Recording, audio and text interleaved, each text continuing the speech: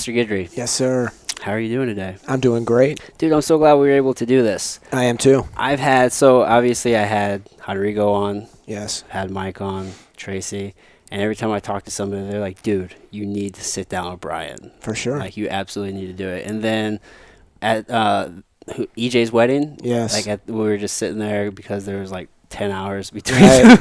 Those are the best weddings, right? Yeah, between the wedding and the reception. And then, like, dude, you were going into some of the best stories. I don't remember. That's okay. Let's rehash them. Well, here's the thing. Can we rehash them? Yeah, definitely. Because, I would love to. Because some of those stories, I don't know. Okay. Are they camera ready? I forgot the stories. Maybe I made them up. Oh, maybe. But either way, dude. Yeah. Point is, dude, you've been in the game for a while, man. Yes, you're one of the forever. Original core of 90s, 98. Vaghi came here in 96. Yeah. And so when I showed up, Todd Fox was there, Howe was there, Mike was there, Steve Berger was there. They were blue belts. Okay. And they just beat me silly. Fresh meat. Yeah, man. How did Jiu-Jitsu even come into the picture for you at that? You know what I mean? Because the Yellow Pages. Okay, because there's no internet. There's no internet. No. There's no YouTube. I was doing judo, which I started back in the 80s before I was junior high. Okay. Judo and wrestling. And then when I came back to St. Louis in 98, I wanted to continue doing judo. Okay. And where were you? I was in St. Louis. I moved to Iowa City for a year. I was working up there for Monsanto after I graduated from college. Okay. Came back to St. Louis.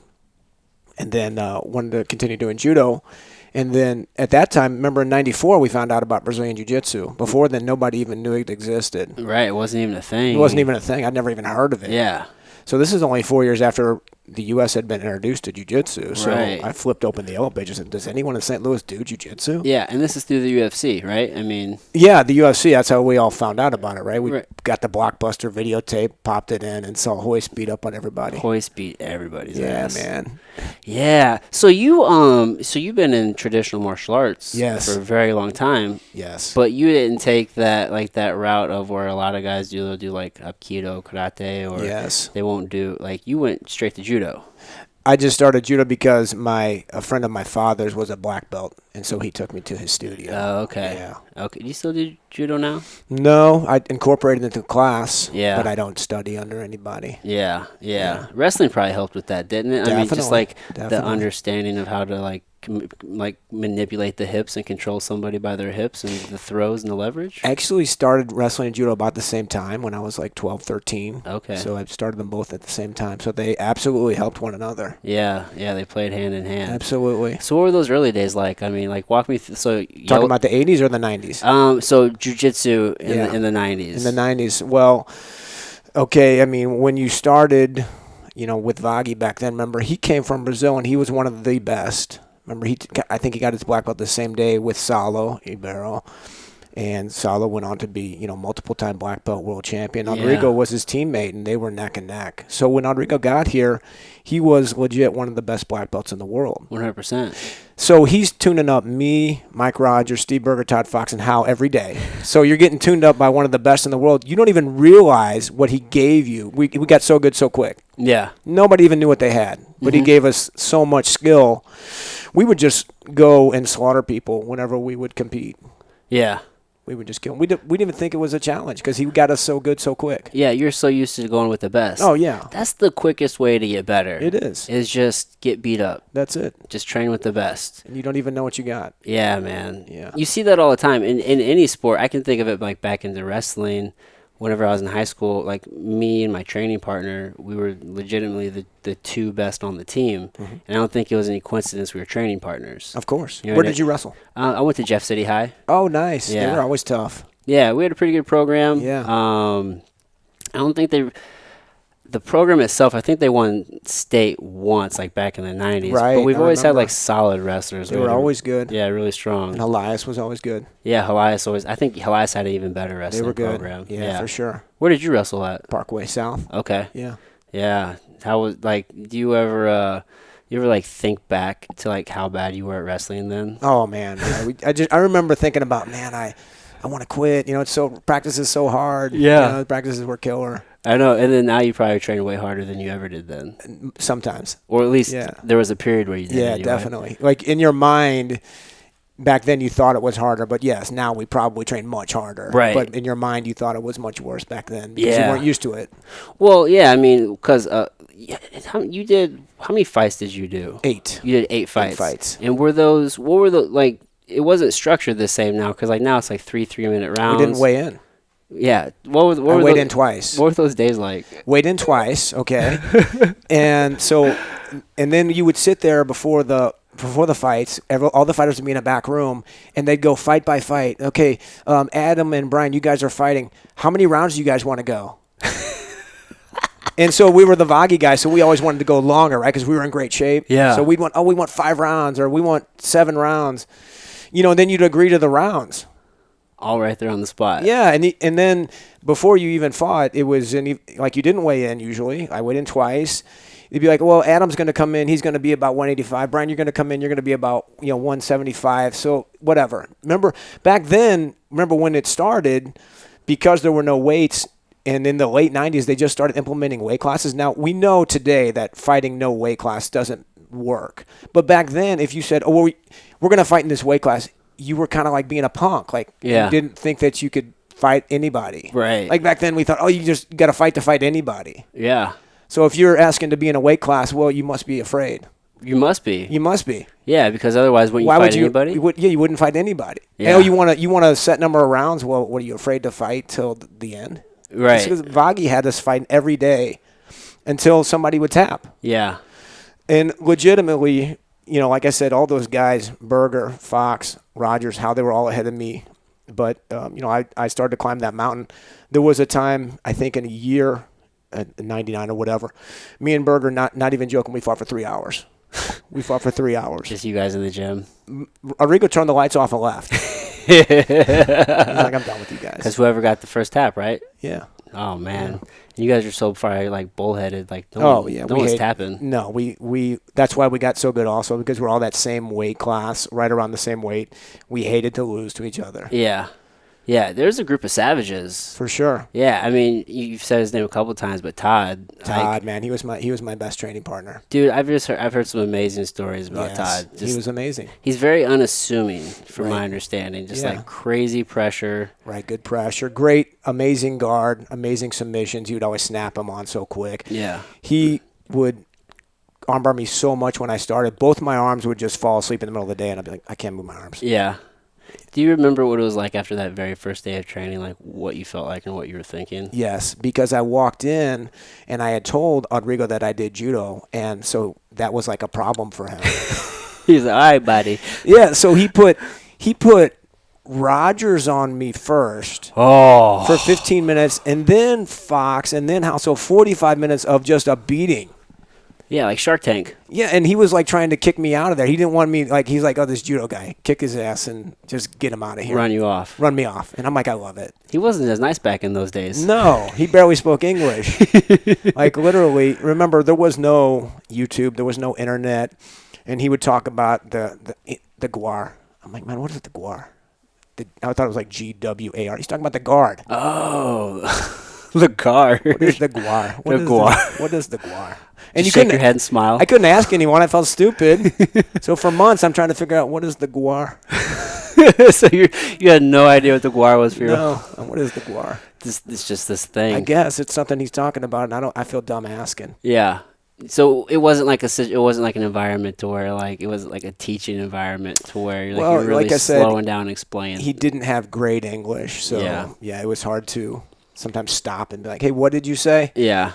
He just would show you. You show. And, it's okay to learn that way, too. But sometimes you could use some verbal. He's mellowed out a lot. Completely. He's like a whole new human being. Completely different. Holy cow. So who was the best back? Not besides Rodrigo. Out of that. Mike. Mike would crush us all. Yeah. I mean, that was just no question. So it was, I remember the conversation specifically, Rodrigo was, buddy, Mike is not the goal. Everyone's trying to beat Mike. Mike is not the goal. I'm like, well, we all want to beat him. None of us can beat him. So what was interesting about us is we all had a unique style. Like Fox was the super technician. Berger was this guy who just, you would have to kill him to make him tap. Still to this day. Yeah. And I brought in a style from, wrestling and judo to blend into the jiu-jitsu. So we all had a unique style. And Hal just had this guillotine. He just ripped everybody's head off. Yeah. So we all had a unique style, and we all got each other a lot better. Right. Yeah, there's a lot of different perspectives there. For sure. You know what I mean? I know Mike had the wrestling background. Yes. I think Berger was just a tough fighter. Tough guy, yeah. Yeah. Yeah, Mike was a great wrestler. Mike became a great boxer. Mike had all the skills, and he was just bigger than all of us, so he would crush us. Way bigger.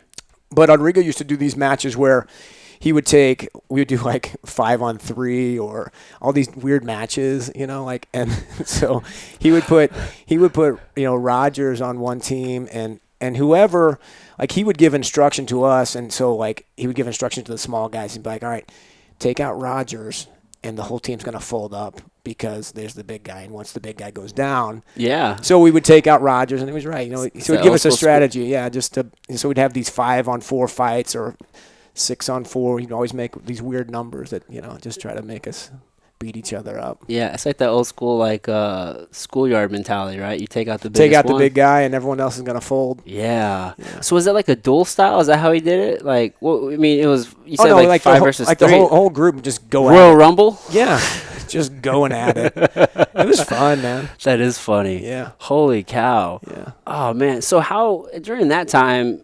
I mean, you guys were finding, competitions, but there was no Naga. There wasn't a competition in St. Louis till 2007. Yeah. So how are you finding these places to compete? The only place I remember we would go to Kansas City occasionally to compete. Some guy would have some matches in a basement somewhere, and then we would have to typically fly to California to find any competition to do the IBJJF or Joe Moreira Invitational, or occasionally go to Florida. So there was really no competition in the area. So it was just us. We were just fighting each other all the time. Yeah. And let's say we would take a weekend and we'd drive to Kansas City and have a competition. We're like, well, these guys sucked.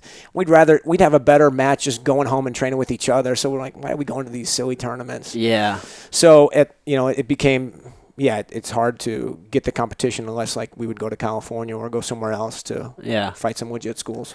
I remember feeling like that even 10 years ago whenever I started at Mike's, when like the big circuit in town was Naga. Yes. And they're coming around, and they'd only come around maybe once a year. If you're lucky, they come in twice. But it was ultimately like you could pay $100 or however much it was and probably face another Vaghi guy or two, or I could just do an in-house tournament. Why don't you just stay home and spar with the guys? And so it had that feeling of, why am I going to this competition? Now there's some really good tournaments. I think like the tournament we had this past weekend, Fuji, there's a lot of good tournaments now. Yeah, Fuji runs a pretty good circuit. Really good. Yeah, AGF is good. The Submission Challenge I like. Yeah. So what do you feel about like the emergence of all these like submission-only circuits? I think it's great. It gives you a different mentality. Anytime you have a different rule set, there's just a different mentality. Yeah. The different skills that you can bring in. Yeah. I think I was talking to Huff, and I think he was saying, like, maybe he read something, but I think statistically he was saying even with, like, the point system ones compared to the submission only, there's still more finishes in the point system. Is that right? That's what he was saying. Okay. I haven't looked it up myself. Yeah, that could be. I thought that was kind of interesting. It could be. I think he was saying, like, because if the person gets the 2 points and now you're down and the clock's running, and then now you're forced to open up to do something, and then as you know, when somebody opens up, you can usually capitalize on some sort of mistake out of desperation. Yes, that makes sense. Yeah. But I hadn't really compared it like that. He could be right. Yeah. But I personally really like the submission only. It seems like that's what Jiu-Jitsu is. Right. So why not play to the submission? Why not do that? Yeah, if you can. Yeah. Did you guys do much no-gi back then? We did, and we would typically split the class. Rodrigo would split the class where you would spar like half the time with the gi, half the time without the gi. Okay. That was very typical. Yeah, you don't really see a whole lot of a no-gi culture in the Midwest. I've found, like, it's really big on the coasts for sure. Even a little bit south in Texas, they have a pretty big no-gi scene. But like here in the Midwest, we're very gi driven. That could be. I haven't really followed it that closely, but yeah, I know there's a lot of 10th Planet schools on the coast. Yeah. Damn, what was I gonna say to you, Brian?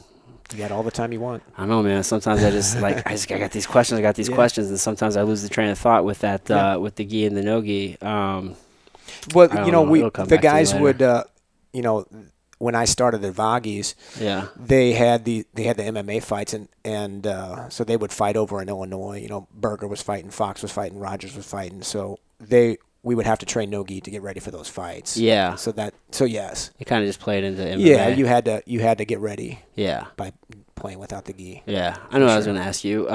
Was Arnold big at that time? The Arnolds, because I know they used to have they have a jiu-jitsu tournament there now. I think it became popular 2003, 2002 ish. Yeah. And then so every year that would be kind of a big tournament. Now it was run by Helson, I think, for a while, and then it was taken over by Naga. I'm pretty sure. Yeah, I know Naga took that over. Yeah. I wonder if they still run that.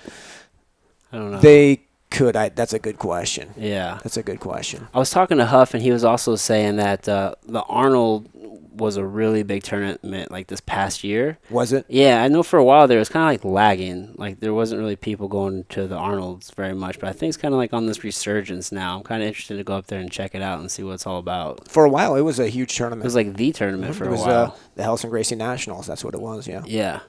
Yeah, did you ever, so they just brought, what was it, in 2000, I could be making this up, like 2007 or something. I think they brought Worlds to the U.S. That was the first year they brought it to the U.S. Right, before then it was in Rio, right? Right. Did you ever go to Rio to compete? I competed in the Master Worlds in 2010. That's when I won the Master Worlds. Okay, what belt were you then? Brown belt. Brown belt? Yeah. What was that experience like? What was amazing about it was that Vaghi competed also. Mm. So it's the first time I got to see Vaghi compete. Yeah. And, I trained with the guy for 12 years. And what's amazing about him, if you look at him, remember he came here in 96, and you got to fast forward 14 years before he had a group of students that could challenge him to get him ready. That's pretty intense. That's how far ahead he was. That's how far ahead he was. He was from the future. He totally was. You guys had to wait. He had to wait for you guys to catch up. That was it. He had to wait 14 years. Golly, man. I just hear the stories of that guy. I mean, tapped to do with Neon Belly at Worlds. That was the tournament he tapped. That was the tournament. Tournament? The one, yeah. Golly, how embarrassed would you feel if you got tapped out by Neon Belly? He was crying. At black belt level. He cried. I would cry. Hopefully it didn't take his life. He made us all cry. Yeah, hopefully he's still alive. Yeah, dude. So so you guys were like doing some fights in Illinois and stuff, and like you said, you're like flying to so was like Rodrigo just finding these tournaments in different places for you to go, or no, we would find them.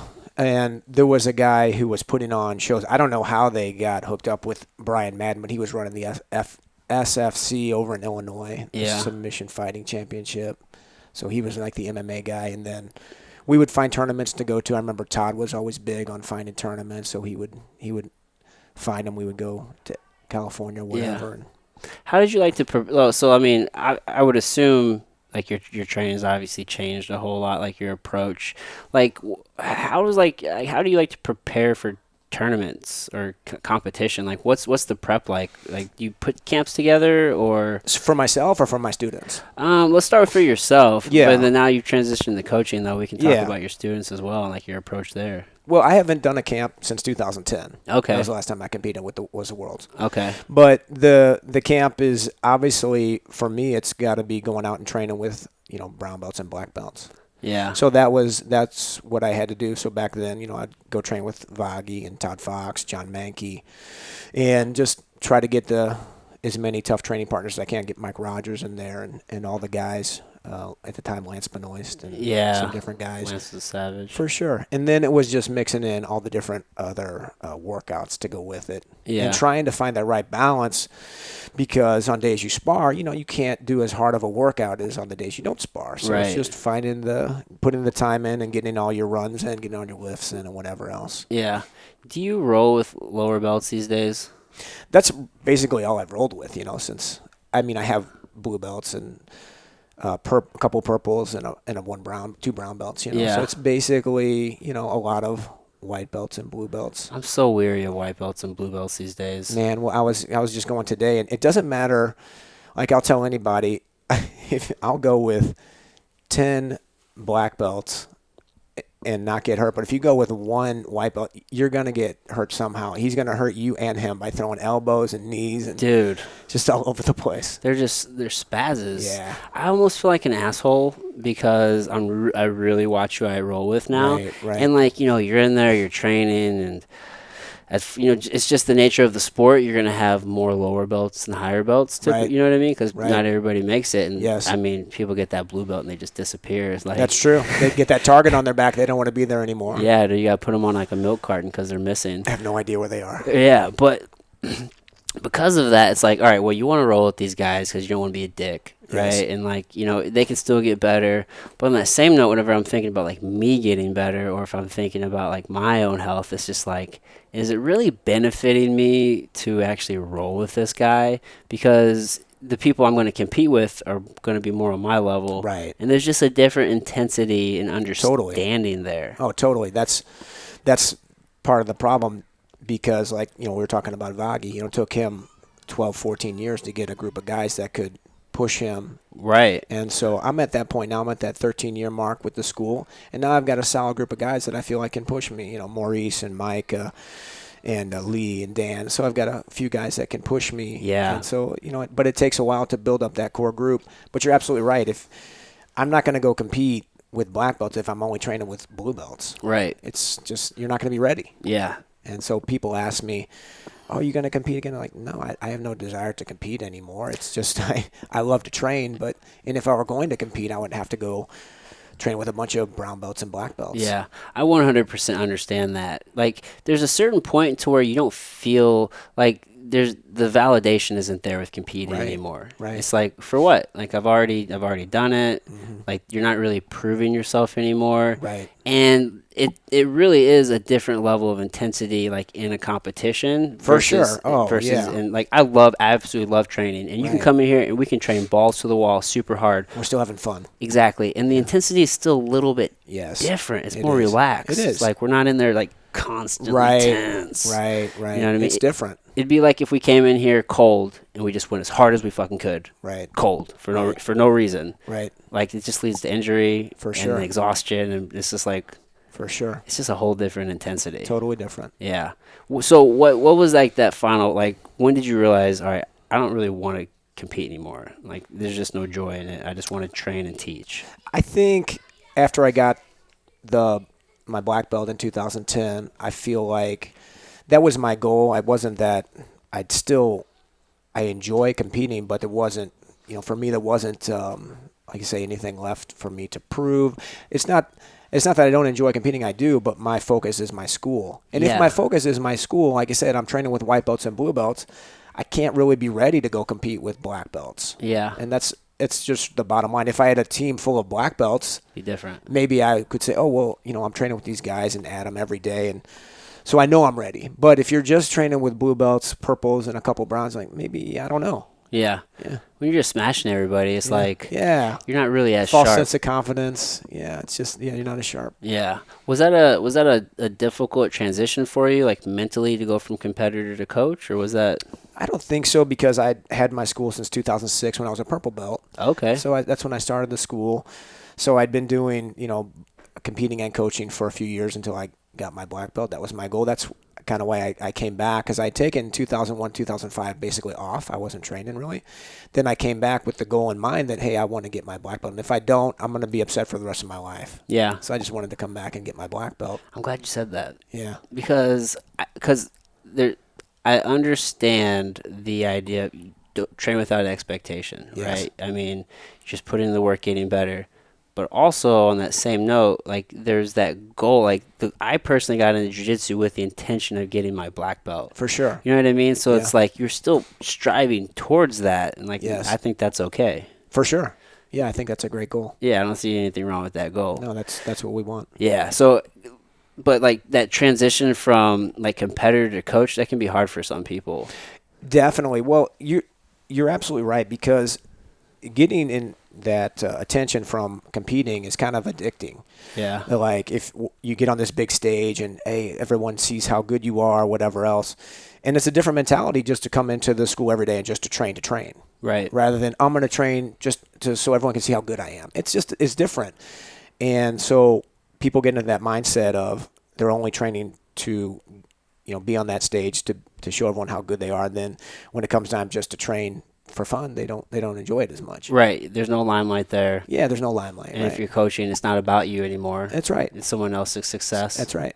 And you also see, a number of guys, and it doesn't matter what the sport is, especially like you have to be selfish. Yes. You know, and it's all about you. It's all about you. And then now you're making it about somebody else. Right. But then also you have to figure out what motivates and also what works for other people. Right. Like, how do they learn? Like, what's going to improve them? Because you Yes. got the system down for yourself. Yes. But now you have to do it for other people. And not everybody likes the same type of motivation. They Yeah. don't get motivated by the same thing. So you Yeah. got to figure out why are they here? Yeah. What is their goal? Try to, use their underlying motivation to get them going. Yeah. Or how do they even learn? Like, they might learn differently. Correct. So, like, how do you like to teach? And what's your philosophy on coaching, or, you know what I mean? That's Sure. such a vague question. I feel like. I don't think of my personal philosophy. I just take the way I was taught and try to give that to my students. So the way that Vaghi taught us was a very basic approach and the highest percentage positions. You want to teach in the positions you're going to be in 95% of the time. Yeah. So you focus on those positions that you're in the most time. What are those? Well, it's just the basic, guard, half guard, standing, defense, and side mount, back mount. Just the basic positions. Yeah. You want to keep coming back to those basic positions. There are the fringe positions that we work on, but they can't be 90% of your time. It's got to be 95% of your time in those basic positions. And everyone's going to develop their unique style, and they'll have this tangent thing that they do, but that can't be the focus of the whole team. Right. It might not work.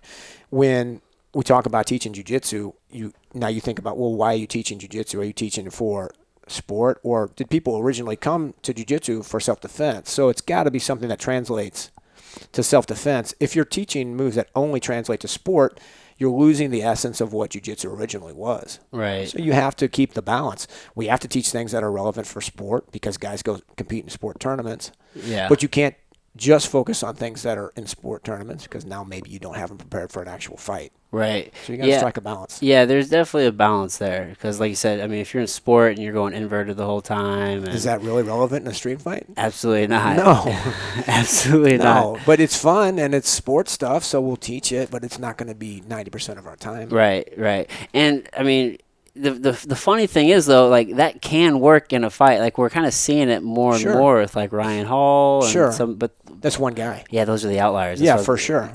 Yeah, so it's just like, you got to keep that in mind. Yeah, for sure. That you got to keep it in mind. I like Ricehouse's approach where he's always like, don't let somebody touch your face, because he's always like talking in reference like if somebody has a knife and like they're trying to stab you.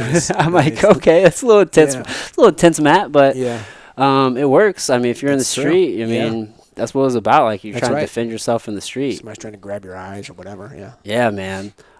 So can you talk about the importance of drilling? I mean, it's critical to any of the disciplines. You have to drill. I mean, so many guys want to come in and they just want to just roll, right? I mean, we get bit by that rolling bug. That's right. And so, like, someone will ask me a question. Okay, well, how do I get out of this position? And I'll show them, and they'll do it once. They'll do it a second time. Okay. I said, okay, what? Oh, I got it. I got it. You got it. I'm like, you got 9,998 more. Then you got it, right? Remember the old 10,000 number? Yeah, dude. It's that 10,000 hours. Yeah, so 10,000 reps. And that's a real number. So for real. For a while, we were doing, we had a class that was just drill. So I pick a move, you pick a move. So I do my move, 10 times, you do your move 10 times. So we get to 100. Yeah. And then by the end of that, we're probably at 40 minutes or an hour, depending on what move it is. Yeah. So you do that move 10 days in a row, and then you get 1,000 reps. Yeah. It's a good way to go, man. But guys don't typically like it. No. It's boring. Yeah, it's boring. Well, but guess what? The good guys will make themselves do that. Yeah, man, it's the basics. Like, it's not sexy. No. No, that's why they'll get into jiu-jitsu, and then they're like, wait, this is a lot more work than I thought it was going to be. So I'm going to go over to this discipline where it's more flashy. Well, you want to talk about being humbled, dude. Yeah. I mean, so many people have this false sense of confidence in their abilities. That's right. They think, well, it's because you look at the arts that never spar. Yeah. If you don't spar, you never realize what you're doing or what you're doing wrong or how vulnerable you are. Yeah. Yeah, man. And it's like, again, like getting those reps in, like taking that time over and over and like building that muscle memory. Right. And like, I've realized that like time and belt, there really is something to that, because the more you're able to like look at a problem, and I look at jiu-jitsu as like this ever evolving like puzzle and problem, you just see new things and new opportunities. And as you progress, like there's these very little minute like shifts and in like weight or something, and Yeah, I mean, definitely. you don't feel that when you're younger, Right. but then like all of a sudden you'll see this angle, or you'll see Right. this very little opening, or All the time. you'll feel this little All the shift. time. You know what I mean? And it's just Every like, day. And that's what keeps me coming back is every day I'm working on something new for me. Yeah. And we'll never add all the pieces to our game, but I'm always looking at something new for my game. Yeah. Yeah, I've really realized that that sometimes like I'll be doing something like you think I'm attacking this side, but really I'm just bringing you back to this side so I can do something over here. It's like For you sure. gotta, it's like this push and pull, this give and take. It's both sides of the coin that you're always kind of playing with. Just had that conversation in our class at 11:30, and a guy who lost one match at Fuji, and I said, "You lost this position because you became one-dimensional." You know, I said, when I'm attacking you, I always have two different directions I can go. Yeah. And that's what's confusing. And I said, when you became one-dimensional, this guy knew it, and he went the other way. Yeah. And so it's hard, like you say, to keep that in mind that there's always got to be this flip side to the move, Right. or else you're just going to be one-dimensional. Yeah, because you want to get to this point to where it doesn't matter which way you go, you're still wrong. Right? Yeah, yeah. I mean, Right. I'm attacking a triangle and an Yes. armbar. Yeah, it's hard to keep out of both now. Yeah. It's Like, almost impossible. yeah, you're done. Right, that's what black belts do, right. Exactly. Yeah, well, I'm not a black belt, but You're getting there. I know you're very close, yeah. I'm trying to think about it. Yeah. It's a journey, dude. Yeah, It is a for hell of sure. a journey. For sure. How long did it take you to get your black belt? 12 years. 12 years. Mm-hmm. Okay, and then there's like a 4-year gap in there. 2001 to 2005, I basically took a hiatus. Yeah? Why was that? Just working on other things. Just you know, working? Yeah, just working on other stuff at the time. Life gets in the way. That's right. Yeah, man. I was talking to Rodrigo, and he was saying that when people are talking about, like, you know, how long they've been training, he's like, all right, you've been training for this long, but how long were you really training? That's right. You're right. That's for sure. Because somebody would be like, yeah, dude, I've been training for 15 years. Like, but like, have you really? Yeah, You it's took like- that time off where you didn't see you for 10. yeah, there's a break here and a break there. Yeah. It's like, really, it's like 7, really. It's like 7 years. That matters, though. It does. Yeah, man. So what is your position that you prefer?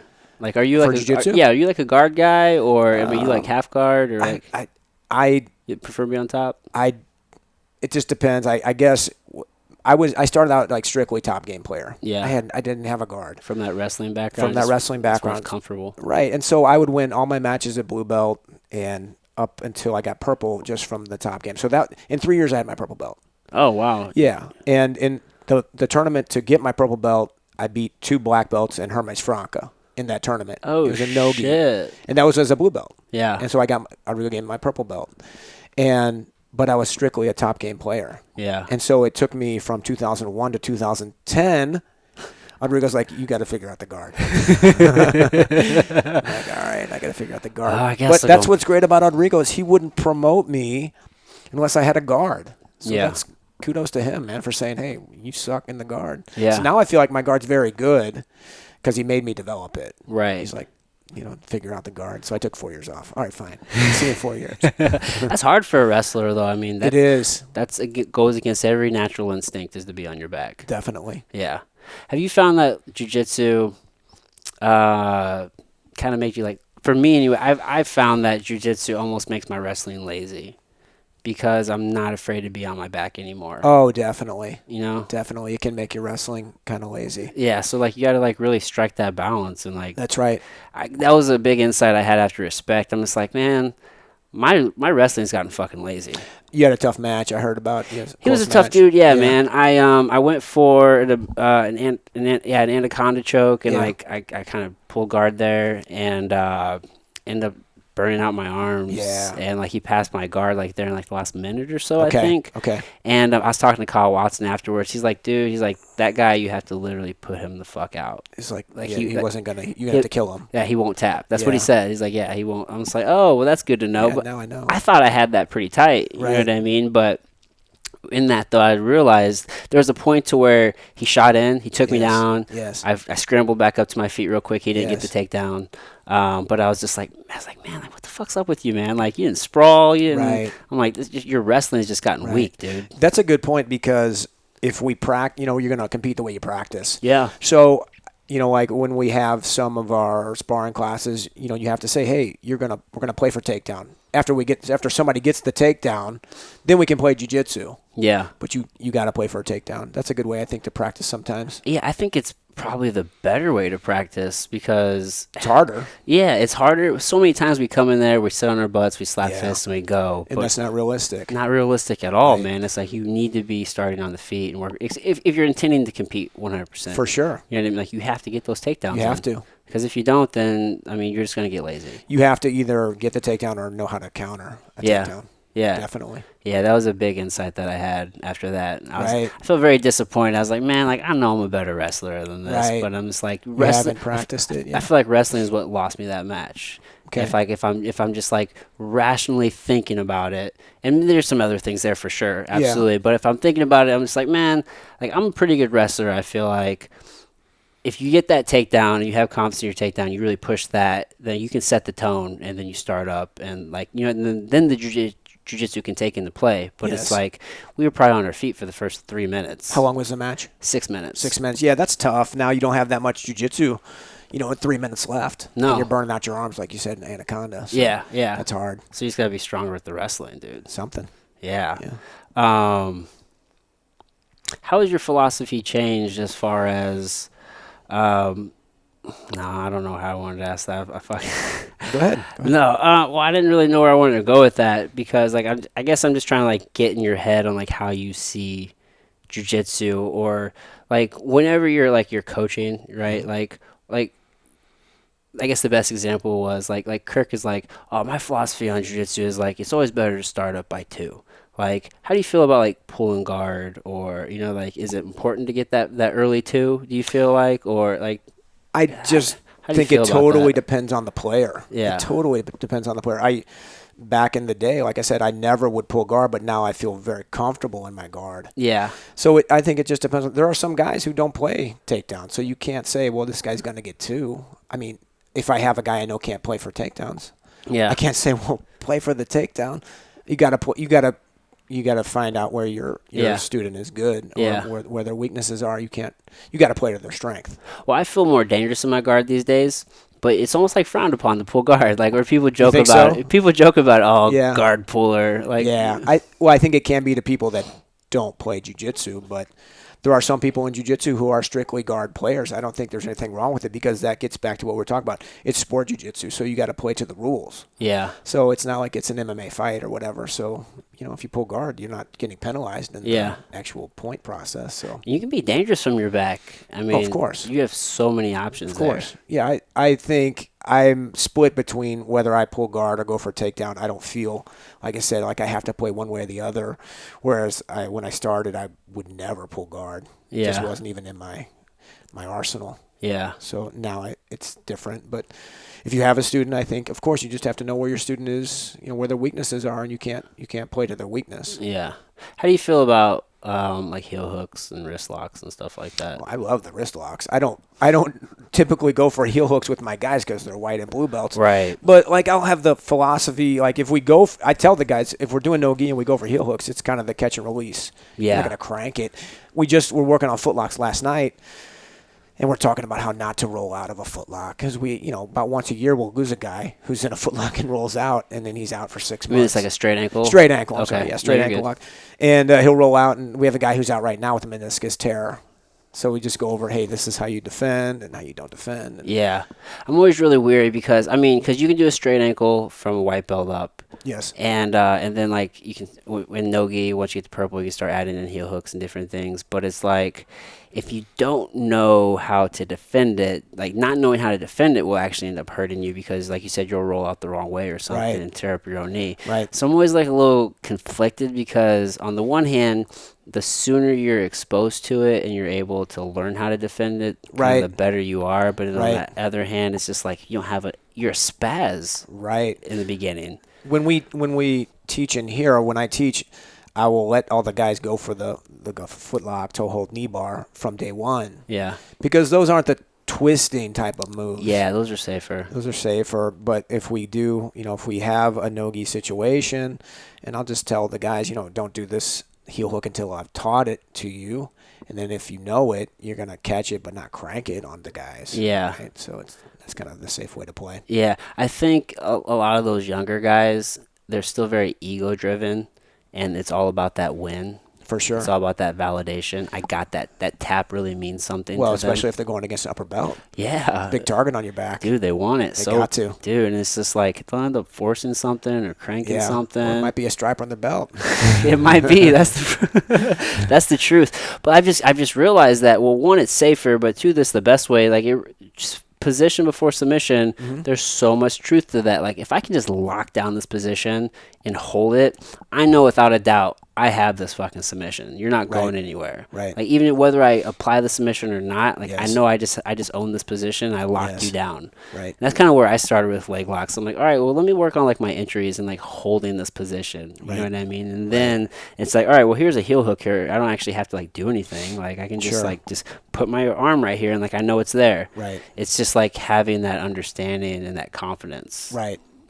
A lot of guys don't have that whenever they start out. I think when we started jiu-jitsu in the 90s, there wasn't a focus on foot locks at all. So, we had the straight ankle lock and we had the knee bar, but there wasn't in international Brazilian jiu-jitsu, they don't focus on the heel hook aspect. So there's a whole contingent now that is, just focusing on leg locks, and I think it's great. Yeah, it's definitely opened up the whole jiu-jitsu like paradigm. For sure. You know what I mean? Yeah, you got to be careful. Yeah. It was one of the biggest eye-openers. I went to Austin, Texas to, are you familiar with the company On It? I've heard of them. Okay, so they do, they have like supplements and they have like a gym and stuff down there. And they have a 10th Planet there.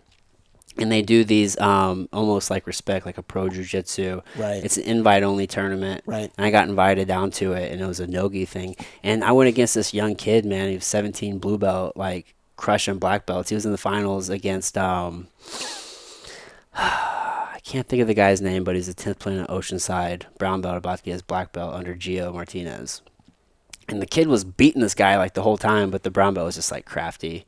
And just going to that invitational just like completely opened up my eyes to. Did you compete? I did compete. Okay. I lost to that kid, dude. This guy. Dude, I know, man. I wish I would have took it more serious. I didn't understand how like big it was, because this was on a I think the tournament was on a Friday. Right. I didn't fly down until Friday morning. Like, I probably only had like 4 hours of sleep. Like, woke up, flew down there, competed. Should have flew down the night before. Right, got some more rest. Got some actual rest. And like, I didn't realize, I was like, oh, this kid's a blue belt. Meanwhile, he already won No-Gi Worlds, his weight division and absolute that year. I think he took third at Gi Worlds, and then I think he won it. He won no-gi last year too. Right. And I don't know if he placed in gear. And his name's Will Attack. He's a purple belt now. You don't need to explain yourself. No, dude. Let me tell you a quick story, because I'll tell you about the time I lost to a 16-year-old.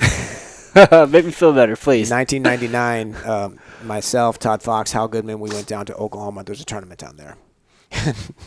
There's this 16-year-old kid beating up everyone. I just got my blue belt. Yeah. And we're going to impress everyone with our new blue belts. And so Hal gets tapped out by this guy, this kid. Then I go against this kid, and I lose on points. And then Todd Fox goes up against this kid and foot locks him, about breaks his foot off. This guy, Rafael Lovato. Oh, shit.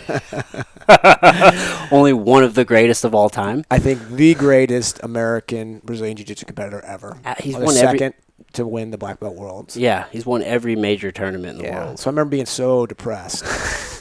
Well, that's how I feel like this kid's going to be, dude. Well, that's what I said. Don't feel bad. Oh, I don't feel bad. Okay. It was a huge eye-opener. It was one of those things to where, like, I hated how I didn't take that kid serious, and now I understand, like, there's levels to this shit. Like Yeah, they're man. really like this kid's been training since he's 8 years old. Yeah. He's a professional He jiu-jitsu could be player. like one of those guys. He will. He's already competed in ADCC. That's what I mean. Like he's legit.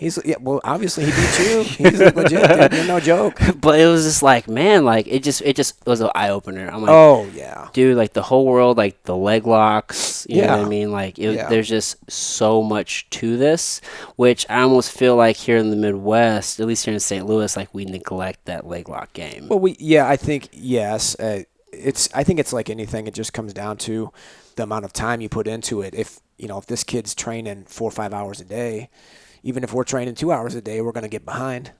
It just comes down to the amount of time. I tell everybody, I said, I'll watch whoever's in my practice room over 6 months, and whoever I see the most, man, they always make the most gain. It could be a skinny little kid, and that's what it is right now. It's this skinnier guy. His name's Max, and he's just putting it on everybody now, man. And it doesn't matter. I just say whoever's putting in the most time is gonna start beating people. Yeah. And that's just it. It's just a simple math problem.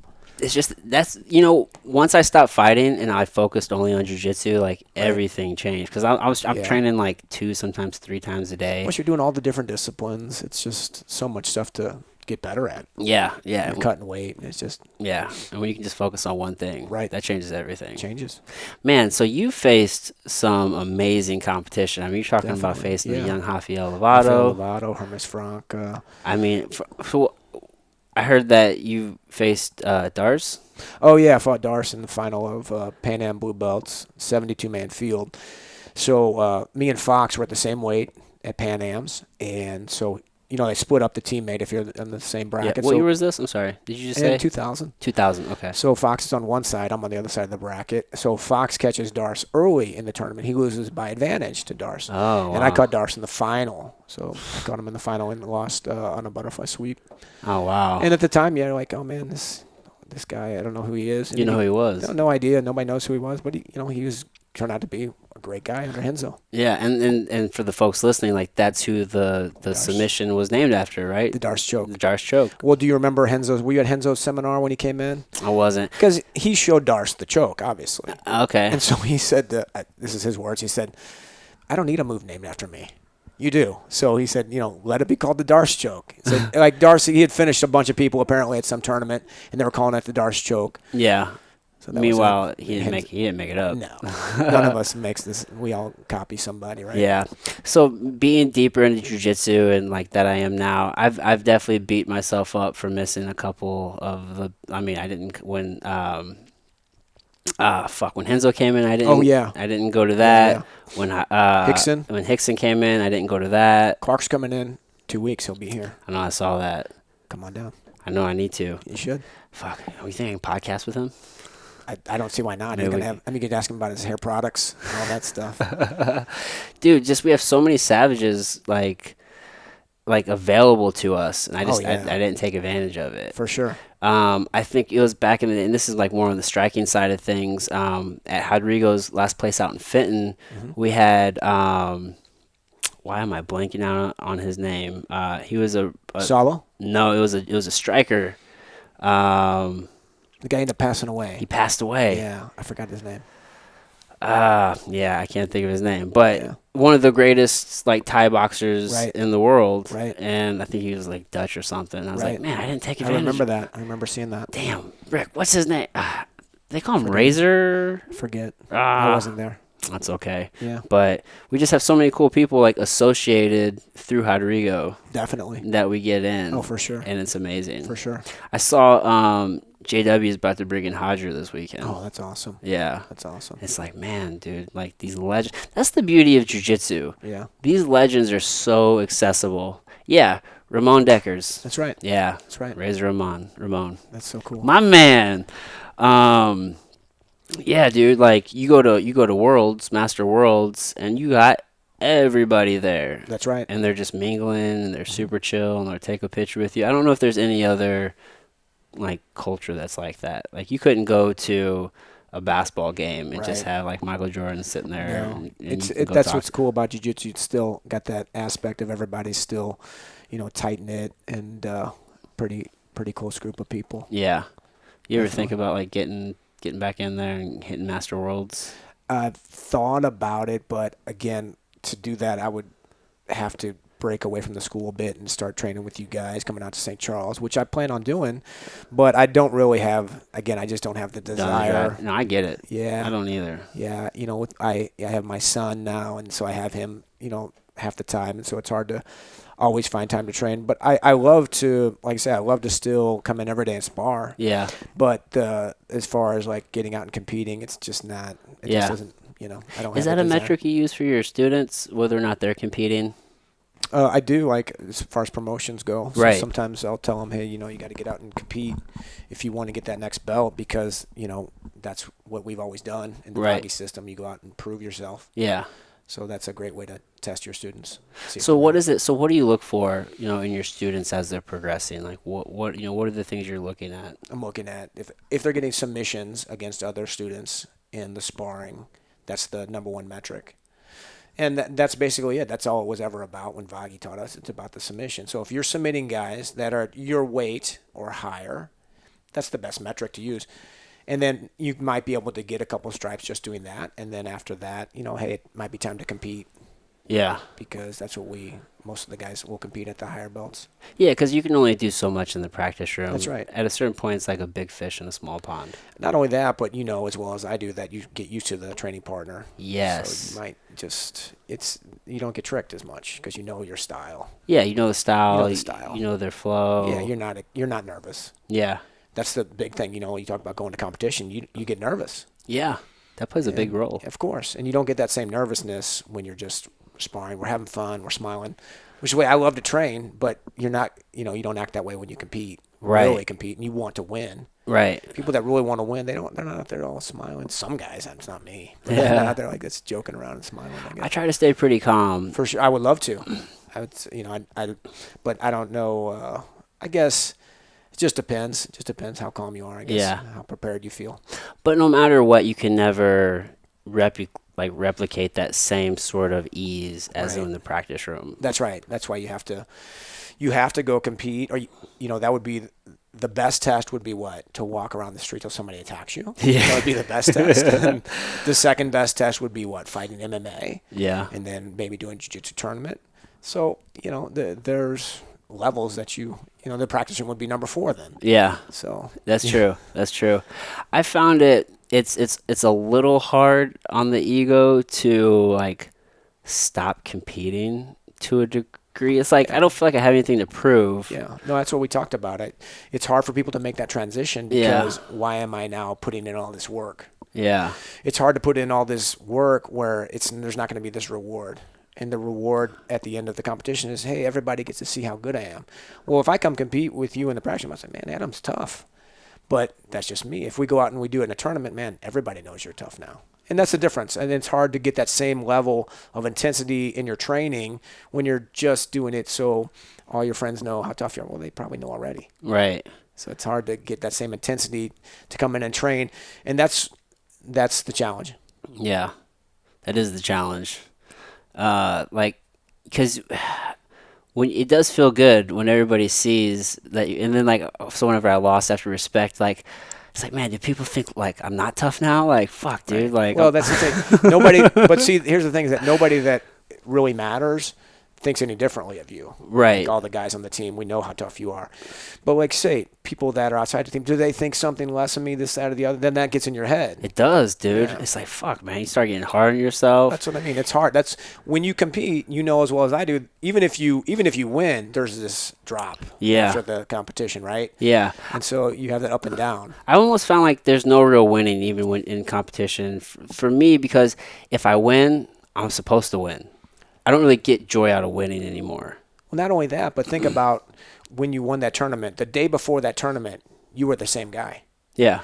Then when you competed, what changed? Everyone else knew that you were that guy. Right. So it was you getting validated by all these people that changed that next day. It's that external validation. Yeah. And so we have to separate our ego. That's hard to do. Yeah. Jiu-Jitsu will help with that. It's an ego killer. It is every day. Dude, I tell people whenever they're first starting out, and you see it all the time, right? I mean, a white belt or even some blue belts, but especially white belts when you're new, you just want to know it all. Right. You feel like you're not getting better. You feel like, man, what can I do? Like, you want to know all these moves, and you want to just know all these. It's like drinking from a fire hose. Right.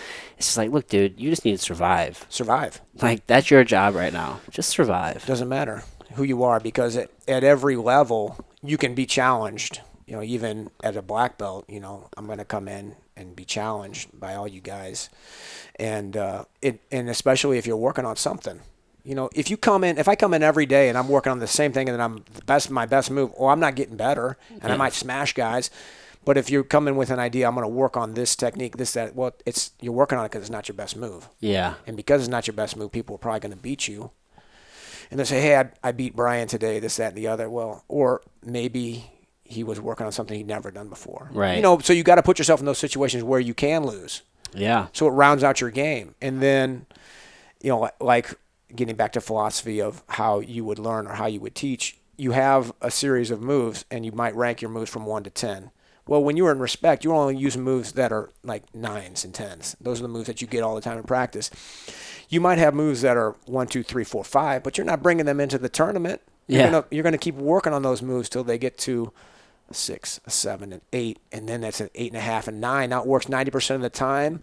I'm gonna bring it into the competition. Right. Till then, it's still just a practice move. Right. Yeah, and sometimes with that I found that intensity will like shut off your creativity sometimes. Yes. So that's why there's a difference between training for competition and training for just learning. Yeah. Because if I'm training for a competition, I'm taking all the moves that are 8, 9, and 10, and I'm making them better. Right. And if I'm not in competition mode, I'm working on 3s and 4s and 5s and 7s and trying to bring them up. Yeah. To be 8, 9s, and 10s. Right. Because in the competition, so, I mean, you can lose just by having your guard passed. Right. It's like, oh, fuck, dude, I can't believe I let that guy pass my guard. Or why did I pull guard? Right. But if you're in practice and someone passes your guard, oh, okay, whatever. Let's restart. Yeah, no big Good deal. job. Slap hands. I'll keep working from here. For sure. But as soon as they throw up that 3, it's just like, it just changed. Match is over. Just changed everything. Camp out for 2 minutes. It's like, oh, fuck, Did man. that just happen? Guard pass, really? That's what happened. Yeah, man. Yeah. So you've really so have you always been very business mindset? Like, is that, I mean, because obviously you made the transition into coaching, you've opened up this gym, you had the first location, North Broadway, yes. on North Broadway. On North Broadway. I guess I have, I came from engineering background. Okay. And worked on my MBA, and then got out of engineering and started doing personal training in Jiu-Jitsu. Yeah. So I had some experience in like the business world. So yeah, definitely I think it helps. That degree paying off for you these days? I don't really mix too many chemicals that often, so no, I don't use that degree. Yeah, I got my master's in healthcare administration, and I'm just like, it's an expensive piece of paper. It really is. I don't know if I'll ever use it. Yeah. But it does help to kind of be in that business world, and like, I mean, it's helped you grow this amazing gym. Yes. Yeah. Definitely. You ever think about the name you chose, being that you're not on North Broadway? Well, when I moved out of North Broadway, I'm like, well, if there's a Creve Coeur camera in Edwardsville, I can have a North Broadway Jiu-Jitsu on Vandeventer, so I didn't really. That is true. There is a Creve Coeur camera, like, I think there's even one in Baldwin. See? It's like they're not in Creve Coeur. I feel like I'm okay then. That is true. That is true. Did it ever cross your mind to like brand your jiu-jitsu more like relevant to you, or something that you could actually grow into like a system? You know what I'm saying? Not exactly. What do you mean, like brand as far as? Like a system like where you could grow into a multiple school, like affiliates and schools, and yeah. No, I'm perfectly happy having this school and just growing it. I don't think of it as like I'm going to have this series of schools. Like, okay, I don't think of it that way. How do you feel though, as like your students progress and get, you know, further into their jiu-jitsu journeys? And I feel like inevitably over the course of time, you're going to have at least one, maybe two that are going to be like, hey, Bryan, I really want to go like open up a school. Yeah. So, and we've had that discussion with Rodrigo, and basically, you know, as long as that guy's not next door to me and there's a certain distance between us, it could definitely work. Yeah. Well, do they just come under the banner and then they're just like an affiliate? It could happen that way, like Kirk or anybody. Yeah. So it could happen that way. It's definitely feasible. Yeah. If somebody gets to that level and they want to open a school, you know, it's not out of the realm of possibility. It just has to, it can't infringe on other people in the same system. Yeah. So it could definitely be a possibility. Well, you see some of these guys, I mean, they got like 60 affiliates. Like, just crazy. Yeah. And, well, even like Heath up in Pedigo, like, Yes. he's really expanding his system up Yes. there. And, he has Chad Hawkins, who's opening up several schools under the same banner. You know what I mean? Like, it's like, was it Pedigo Fighting Systems? Yes. Right? And it's created like this system name. You know what I mean? As opposed to like just this one school. You know what I mean? Right. So, like, he's done amazing. Yeah. He's amazing, yeah. It's pretty cool to see, like, the growth. For sure. Yeah. And, like, I mean, we have, I mean, like I said, with Kirk as an example, I mean, we got so many good guys who are just stuck around. Right. You know what I mean? It almost, like, comes in waves. Like, it's like classes. It's like you guys are, like, the first class. And then there's not too many of them, but then. Rice House and remember John Thomas, and they were John Thomas. Class. Yep, they were there. John's at a school over in Sweden now. Yeah, he's killing it, man. Totally. I think he left after winning Purple Belt Worlds, right? I think 2007. It was right. It was never. I was starting. 2007, I think he left. Yeah. When did you start? I started in 2009. Okay. The beginning of 2009. Yeah, that's about the time he left. I think 2008, 2009. Yeah, because I remember I went out to Rodrigo's on Fenton, and there was a blue belt test. This is my very first exposure to a blue belt test. Yes. And I was just a young wrestler, white belt. I had good hips and stuff like that. And I think he had just won Worlds at Purple Belt. Right. And he was like coming back to kind of visit and just say his final goodbyes. And then he was like dipping out to go on his own journey, which is where he's at now. Right. So I kind of came across him then. They were like, yeah, dude, that guy's a savage. Totally. I was like, oh, okay. Totally. Yeah, okay. he was kind of like the second class. Yeah. But there's not too many classes. I mean, maybe like 4 maybe of like. Right. I mean, there's been a lot of guys Lance, that have come and gone. Lance was in that kind of that group of guys, came around at the same time as Rice House and John. So yeah, John Menke.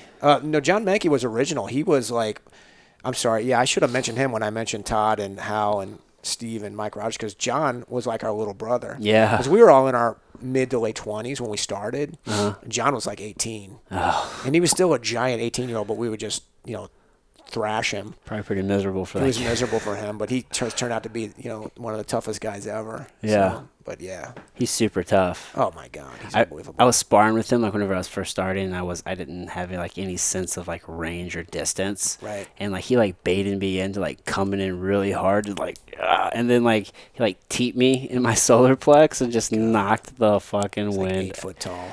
Dude, it hurt so bad. Oh my God. I was so scared of him for the longest time. He should be. He beat me up, dude. He beat me up bad. He didn't care either. Dude, he would just tune you up. Didn't care. Just all that pent-up aggression from you guys, dude. For sure. Oh, man. That is a real thing. Yeah, it is. That is for sure. That's that ego. Jiu-Jitsu will kill it, sort of. That's right. Yeah, man. It will. It will for sure. Yeah. It's not until, like, around purple belt that you kind of start leveling out and chilling. Yeah, I think you start to get more understanding of the whole game and understand that you can't be just that hammer all the time. You got to kind of flow a little bit more. Yeah. Relax and play some jiu-jitsu. Right. Definitely. Yeah. Yeah, because those young guys, they just want to muscle everything. How do you like to like fix those? Like, is there any like advice you give to those guys who just want to come in there and muscle everything? Because you can only tell somebody to relax so much. Right. Yeah, I have that conversation. I say, hey, try not to use strength. Try to, like, before we spar, I say, try not to use strength. Try to focus on technique, because jiu-jitsu is not about strength. If we wanted to be strong, we'd all go back to the weight room. So I have that same conversation over and over. Let's go. You want to be strong? Let's go to the weight room, lift some weights. It's not. It's great to be strong and to back up technique with the strength. That's fine. To depend on strength is not jiu-jitsu. No, it'll actually cap your jiu-jitsu. Well, right, because if you're locked in, frozen, and locked onto somebody, that's what they can use against you, right? Yeah. For sure. I've gone with some guys where, like, they have good technique, but they're crazy strong. Right. And because they're crazy strong, they can kind of, like, reset certain positions that definitely. If you weren't as strong, maybe you Definitely. wouldn't. So because of that, you end up kind of, like, putting a ceiling on your technique, right? Because you always fall back on that strength because you know you have it. And that's a great point, because if you have a bigger guy or a strong guy, it's hard for that guy to learn jiu-jitsu because he doesn't have to. Right. He can just sit back and rely on strength. Yeah. So it's, we have like Micah. Micah is our purple belt, and he's a giant. Dude, he moves so fast. He has feet like none other. Yeah, and he's a strong dude. Yeah. But I'll always tell people, like, it's been hard for him to learn jiu-jitsu because he doesn't need jiu-jitsu. Right. Just put you down and hold you there. Yeah, he's super strong. Yeah. Yeah. He's fast. And he's then, fast for his size. Oh, man. It's probably some of that judo work that he does. Oh, man. Yeah, he does great throws. Dude, his footwork is crazy. It's very good. We had a real fun roll one time, and it was just he's getting it. He's like, hey, he's like playing with me and stuff. He like passed my guard. I'm like, God damn, I didn't realize you're this fast, Micah. You shouldn't be that fast. He's way fast, man. Physics anomaly. Yeah, but on the flip side, if you can like take out your size or your strength, and I think a good example of that is like Kyle Cayley. Oh yeah, man. 400 Dude, pounds. 400 pounds, but like still technical. Dude, and he can roll. I have no problem. I have a hard time rolling. I don't like rolling white belts or somebody's like too big even. I always feel safe with him. Right. Always. Right. He can be as light as the lightest guy sure. in the room. And it's that's like you say, I'll go with 10 black belts and not get hurt, but if you go with one white belt, yeah, you're going to catch an elbow or a knee. It's madness. It is. Oh, shit. Yeah, well, man.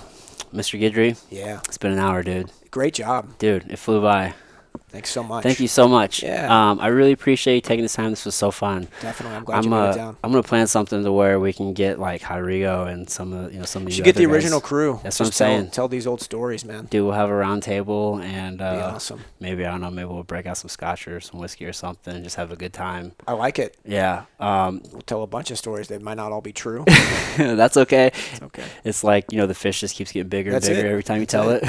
I love Rodrigo's stories. They're amazing. All the ones from back in Rio, and I don't even know if they're true. I don't care. I don't want to know. Don't tell me. Nope. They're true in my mind. In my mind, they happened. Yeah, dude. So I want to leave the floor to you though. Tell the folks how they can check you out. Sure. If they want to come train here or online, if anything like that. So North Broadway Jiu-Jitsu in BroadwayJJ.com. They can find us online. We have classes every day, and we cater to the beginner students, so everybody's welcome. Right on. Yeah, man. All right, dude. Thanks again. Thank you, brother. All right, everybody. Till next time.